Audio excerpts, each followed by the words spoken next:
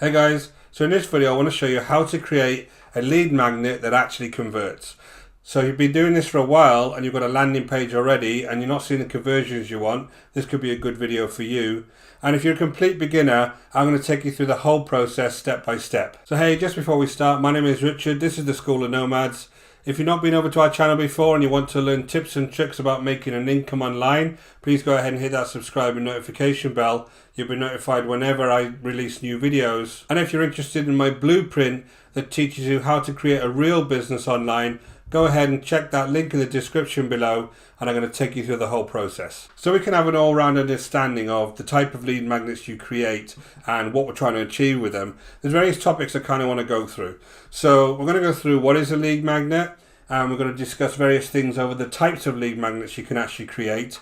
And then we're going to go through something more specific about audience triggers and the types of folks that you are trying to market to and you want to actually reach with your message. Now there's certain things and behaviors in those types of people that we want to try and understand before we start creating these types of lead magnets. And then we're going to talk about how to build your message. I have a very simple message that goes onto a landing page that as soon as they see it, they're kind of excited and they want to get that lead magnet. And then we'll go through how you can actually go ahead and research and get the content for your lead magnets. And then I'm going to quickly show you a funnel where you can actually go ahead and deliver that lead magnet, and I'll show you an example of a landing page. So let's go through what a lead magnet is. So a lead magnet is an incentive given by marketers in exchange for some form of contact details, and of course the aim is to make it very desirable. So obviously when people land on your landing page, you're trying to advertise a business or a service overall by using that particular lead magnet, and we want to make sure that one, that lead magnet is congruent with the overall offer, but then also it's enticing enough for somebody to want to download it. So the aim is to make sure that we're creating something with enough value that people are willing to give up some form of details. Now usually that's an email address. There are other types of methods you can use now that allow you just to pick up their information from their social media contacts. All sorts of different ways you can set up a landing page. But essentially the one that works best still is to capture some form of name and email, and that will be enough for you to contact them on an ongoing basis. So there's various types of lead magnets, right? You can have some form of content bait where you're trying to give someone some information to educate them and obviously get them excited about your product or service. You can give away free trials. Lots and lots of software companies do this. They quite often give away free trials to their particular service so that you can try it out. You can have webinars, again that's very informational. You're giving people additional information and maybe following that up with some kind of sales pitch at the end of it. You can do special offers in the form of vouchers or coupons or discount cards. You can run contests, you can run quizzes. You could do some live demos, that might be in person, that might be online. You can actually demonstrate the product live, get some feedback on that product, get some questions from the clients. So there's lots of different ways that you can do live demos. With widgets, you can actually have widgets now where you have free trials to widgets. And again, lots and lots of these companies will actually let you have a free version of the widget for using it a certain amount of times and then you start paying. So lots and lots of different lead magnets that you can get. For the purposes of this, I want to just talk about kind of the top two, the content bait and the free trials, because they're the kind of two that I use most often, where I'm giving somebody some content to educate them or I'm showing them places where they can get free trials. So I want to talk to you a little bit about audience triggers next. Now what you'll find is that large groups of people in the same types of audiences are very like-minded and they have similar values and wants and needs. So my analogy really is sports teams in the UK. If I'm a Manchester United fan, right, I support Man United. And a lot of the folks who are Man United fans have got very, very similar types of wants and needs when it comes to actually watching their own sports club, right? They may have totally different backgrounds, they might be totally different ages, but there's a collective of wants and needs. Well, it's kind of the same in the business world. If you're in a certain type of business, there'll be certain things that you kind of want more of and would like less of. So what we're trying to do really is we're trying to identify those triggers as our audience comes to us that we're trying to pull off to be able to create something that's going to satisfy them, right? So that's the kind of thing that we'll do over the next few slides. I want to show you kind of how I would look at the triggers in my particular audience, which is kind of the make money online, the online entrepreneur type audience, and how I would pull those triggers and then figure out a message for those particular folks. So as you see here, there's a number of ways that I can actually look at my target audience, and you really need to understand who your audience are, right? That you're trying to give these particular lead magnets to. So you want to understand their interests, their personality, what kind of lifestyle maybe they have, what kind of hobbies they have, what kind of age and gender they are, and it could be a whole range of those things, but you need to have a good understanding of the types of folks that are going to be after your types of offers, the kind of values they have, their attitudes, their behaviors. If you can get a good idea of some of these key demographics around people, then you can start to tailor your particular offering in a certain way. So if you knew people were a certain age group with a certain background, with a certain interest in, say, music or whatever, and their hobbies were playing guitar, then you'd be very specific about what kinds of things you were offering them. And they'd be totally different to somebody who was an older person who wanted to lose weight, who didn't want to go to the gym. There'd be a totally different set of folks there that you would go and market to and provide products and services to. So it's very, very key to understand your audience. And the more specific you can do that, the better your messaging is actually going to be, and the better your lead magnet will be to actually convert, right? So this is very, very important. Now, there's certain ways that once we have this, we can start understanding what kind of things these folks want more of and what kind of things these folks want less of. And then what we kind of call the emotional triggers, right? The triggers that make these people react in certain ways. So I just put together a few kind of triggers here for the particular audience that I'm going to look at. And my audience are people that are trying to kind of increase the number of leads for their online business. So it's very, very important to kind of understand that before you start doing triggers, right? So whatever you're trying to achieve with your particular lead magnet, you kind of have to have an overall goal that you're trying to analyze. Now, what are my audience actually trying to do? Are they trying to lose weight? Are they trying to gain weight? Are they trying to learn how to play the guitar? You know, whatever it may be, to have that overall vision in mind, and then try and think about what kind of things they would like to positively happen when they were trying to do that, and what kind of things that would negatively happen. So it's just some of my brainstorming. If you have some positive triggers, if you're trying to increase the number of leads, for instance, in their online business, what would you positively would like to happen? You obviously want to get more sales, you want to have more leads, you'd like to have more traffic to do that. By doing that, you might have more time with your family, you might have more time traveling, you'd have less stress because obviously you're not getting the leads you want, so you'd have less stress than you are now. And you may be able to quit your job. So that might be a goal, that you might be able to quit your job. So there could be some kind of positive triggers you have. Now, negative triggers are slightly different. So negative triggers are those things that you would see that would kind of put people off. It could be the fear of failure or giving up on whatever your online business is.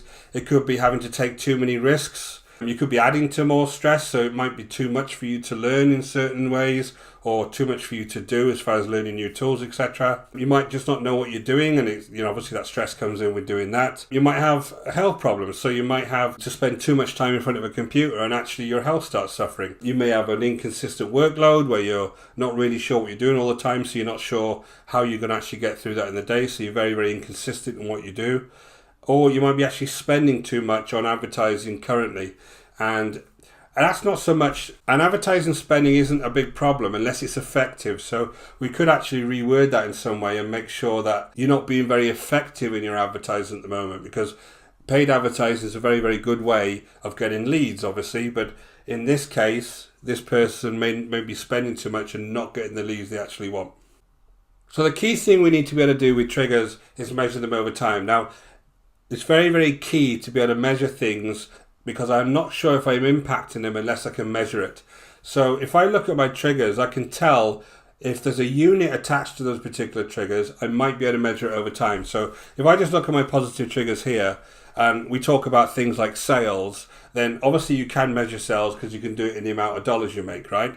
And a positive measure in this case would be increasing sales. Same with leads. You can increase leads, and there's a definite metric around leads. Same as traffic, visitors to a website is a definite metric around that. So all of these things can have a positive influence because obviously you can measure them and they can increase over time. Anything to do with time, obviously that's another continuous type measure. So you can have hours and days, you can increase that time you spend with somebody or decrease that time, whichever way you want to go. But the kind of things like stress and quitting a job, that's the key thing here when you have any kind of these triggers you identify, is can you really measure how much stress someone's under, or whether someone's quitting a job. So I guess if you really dug into it, you could find metrics that measure that, but it's not going to be very easy for you to kind of draft a message very quickly that measures that, right? So we've got to be very, very clear about when we pick in a trigger, and the aim here is to pick 1 or 2 triggers that we're going to go and draft a message from, how we're actually going to measure that trigger. So I've done the same here for negative triggers, and really as I go through this list of my negative triggers, a lot of them are kind of feeling type triggers, so it's very difficult to measure. And the best one really on here that I can kind of influence straight away using my example is the kind of spending too much on advertising. So if I look at ad spend, obviously I'm losing money to do that, and I can actually decrease or increase the amount I'm spending on adverts, and that would obviously have some kind of effect on the overall feelings of my client. So again, with advertising, it's probably more about how effective I'm being with my advertising, but it is something that I can use in my kind of overall messaging to make sure that comes across. So everything I'm actually showing here, if you just take a look at the description below, you'll see a link through to the information. You can go ahead and download it from there, and you can have a look at this afterwards. But I just want to make the point here that you want to make sure that you're very clear when you're drafting a message, that everything you're really doing is measurable, and you can increase it or decrease it or have an effect over time. So just for the purposes of my example, I'm going to look at increasing the leads. So I want somebody to be having more leads, and I want to be able to increase that over time. So that's going to be my positive trigger that I'm going to look at. And then from a negative point of view, I want to look at how much I'm spending on advertising and kind of optimize that. So I've said decrease or increase here. I want to be able to make sure that I'm optimizing over time how much somebody is spending on advertising. So let's talk about how we'd actually build our message. So the message is the first thing that people see on your landing page when they come over to go ahead and get that lead magnet, right? So it's very, very important that it's very short and concise and conveys as much information as possible, so that as soon as they hit it, they kind of think, oh, this is interesting, I'm really excited about getting that, and they go ahead and give you the information to get it. So there's kind of 3 key things that we would do to look at building this clear message to people. So there's 3 steps you go through for this, right? You got a positive and negative trigger. I showed you that in the last slides, where I've picked a positive trigger to focus on and I've picked a negative trigger to focus on.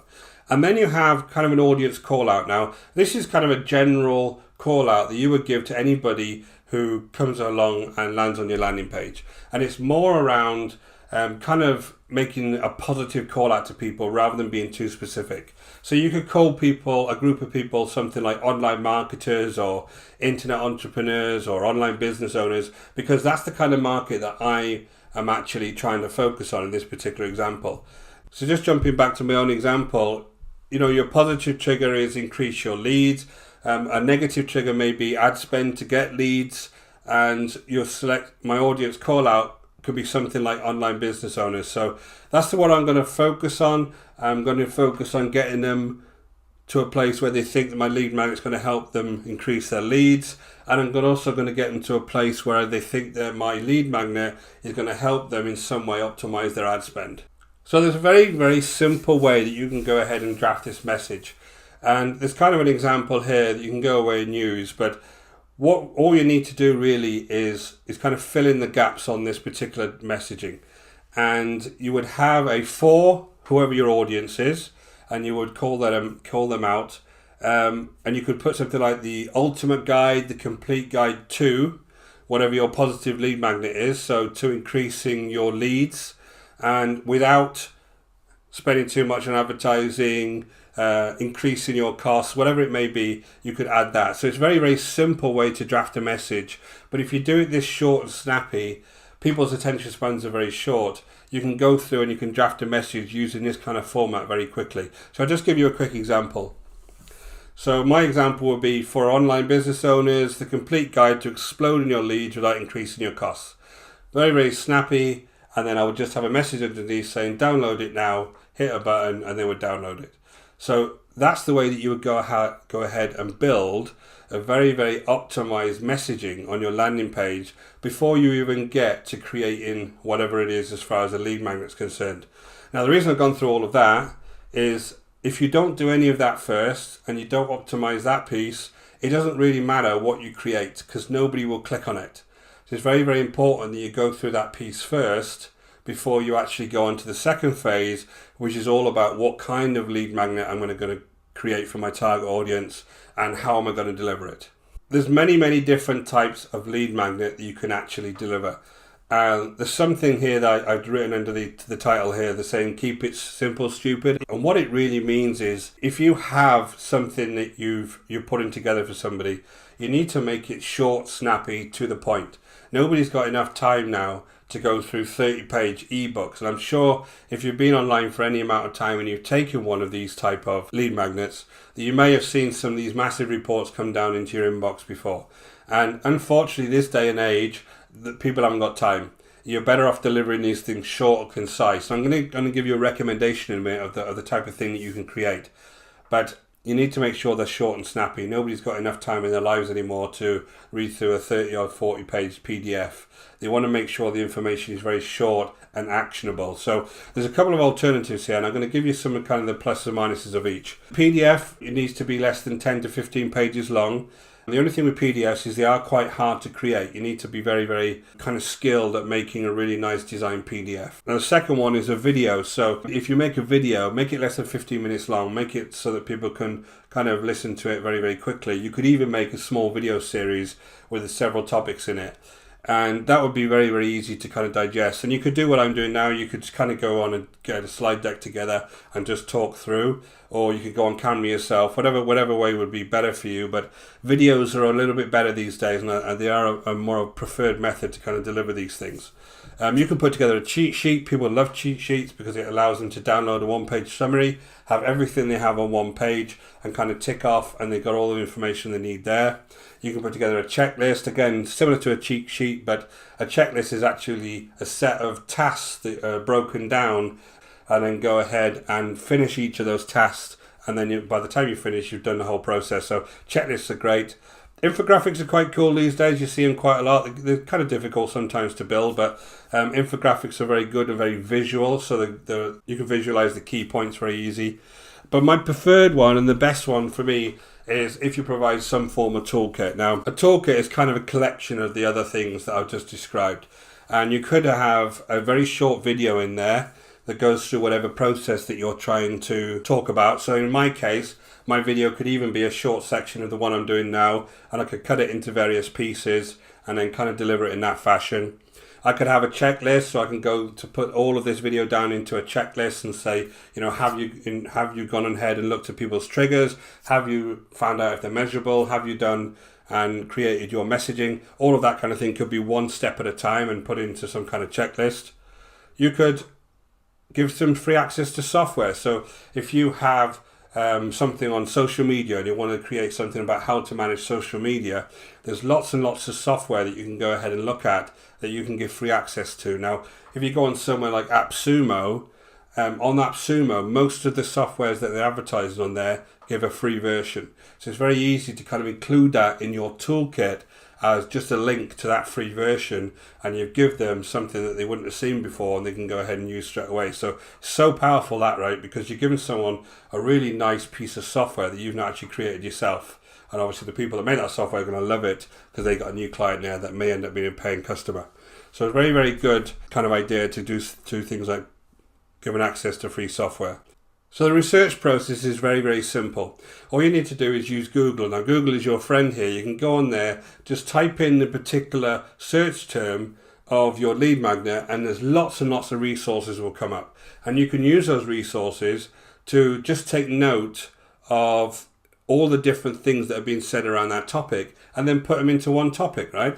So you would review the first page of Google, you take note of a few of those sites, and then you just use that information and combine it and make it your own and make it your own unique type report. And then you republish in whatever format you have. So there's lots of ways that you can get that existing information. As long as you're not copy and pasting information and then putting it straight onto your own documentation and having it as your own, then that's okay, right? You can go ahead and you can reuse that information in different formats. Just put a different spin on it, right? If somebody has a full article, you can make that article into a checklist. If somebody has a full article, you can make that into a video by changing it up and just talking through some things. So just remember, we need to keep this as simple as possible, but make it look as nice as possible. That's the kind of key here. So let me just jump into Google and I'm going to show you how quick this is. Okay, so I jumped over Google. So I want to learn about kind of the types of lead magnet that I can use if I want to grow leads in a business. So I've just come over here to do some research because my whole product is going to be on the types of lead magnet you can use and the way obviously you can generate more leads by doing that. And so I've come over and all I've done is I've written types of lead magnet on here, and I'm going through some of the top results. So all you need to do really is have a kind of a pad open, a notepad open, and copy across some of the top results here so that you've got them as reference and you can figure out, you know, once you get into them, what kind of information you'd like to use from each one. And all you need to do is look at that information and combine it, like I said. So if I just go into one of the top ones here, SEMrush, they're going to be good. Obviously, they're a huge company. And I look at 8 types of lead magnets for your website. So I would just basically scroll through and have a look at what the information is. And does that information look any good, right? If that information looks good to me, then I can go ahead and copy across this and then go on to the next one and look at other information. Now, a lot of it's going to be the same. A lot of it's going to be very similar information. But you can see they got, you know, the content bait. You can have text content, video content, infographics. And, there's lots of different examples here and lots of different links. So this is obviously a good one from my particular topic to come and have a look at. And they've obviously got examples of each one of the things I've discussed. If I go over to the second option, let's have a look at this one, 106 proven sales funnels create lead magnets. Now there's all sorts of swipe files here. I may end up being a paid one. So you could check out that and see if it's a paid one. I wouldn't go for it if it's a paid one because you're only going to give some out for free. So have a look at this 11 tried and true lead magnet ideas. There you go, ebooks, landing page, information, bonus packs, all sorts of different things on here. Checklists that you can go ahead and look at. Ultimate webinar checklist. So there's lots and lots of different resources on here that you can go ahead very quickly in whatever niche you are, copy in the main subject line and you'll be able to start getting information. Now on AppSumo, if I just show you AppSumo quickly, this is where you can go ahead and get a lot of different free access to various types of software. So if I just come over to this one, this is called Social Animal. This is a content marketing type site. If I just click on it and I'm going to scroll down where it says Social Animal here, if I click on that, I'll go over to the main site. And a lot of these main sites have free memberships. So look, there's a free trial sign up there. So if I wanted to talk about content marketing, for instance, then on AppSumo itself, there would be a free trial for this particular software. Now, all I would need to do on my actual toolbox is have a link to this and say this is where you can go and get a free trial. So very, very powerful when you go onto sites like AppSumo. And there is others. I've got other videos on my channel that show you various places you can get these softwares. But it's very powerful if you can go and give away that. So that's kind of my preferred way of doing this type of thing. You would get a toolbox put together and you'd have maybe a video, you would have a checklist, and you would have some kind of access to free trials. And that would be a really nice way of putting together your actual offering and your lead magnet. So just to finish off, I do want to talk to you a little bit about the way that you're delivering your lead magnet. So the way that the lead magnet converts, obviously the big part of it is on that first screen and having that message that draws people in and gets them excited. But obviously once you then deliver it, you need to make sure you've got the system in place to actually go ahead and deliver that effectively. So if we just look at this very quick funnel I've got in front of me, you would have the lead magnet opt-in form where your messaging was here, and they would opt in and then they would be sent straight over to a thank you page. Now at the same time, they would go on to your actual email list, which is the thing that actually delivers them a message with the link to the actual download page for the particular lead magnet. Now the reason you do that is because on the thank you page, you've got various options of the types of things you can do next. You could offer them a direct access to a particular product or service, and maybe that's a free access, maybe that's some kind of paid offer that you've got, but it allows you that extra step to kind of make sure that you're giving them some kind of offer as well as giving them something for free. And obviously if they don't take you up on that offer, you've now got their kind of email information that you can go ahead and use, and that email information you can then remarket to them and then obviously remind them, because a lot of people who actually take these lead magnets don't actually open them the first time. You can remind them in these various other emails you're going to send them in the series to kind of go back and open that lead magnet, because inside that lead magnet hopefully you've got links there back to your main product or service and contact information for your particular business, you can go ahead and advertise them. So you would send them the link to this download page. On the download page, you would again have a link back to your product and service, and then this would allow you to have as much chance of people getting towards your product and service as possible. So there's various kind of paths that they can go down to actually do this. So just on the end here, this is your lead magnet. It can be a video, PDF, a toolkit, whatever it may be. At the end of the day, this is what they're actually going to get and download, and then within that you're going to have some kind of link back to your sales page or your service or product, whatever it may be. So thanks for watching. Hope you got value from that video. If you did, please give me a thumbs up and go ahead and leave me a comment below. Don't forget to check out our blueprint. It shows you step by step how to start a real business online. Very, very good for beginners and super simple to follow along with. So this has been Richard Darby. This is the School of Nomads. Until the next video, take care.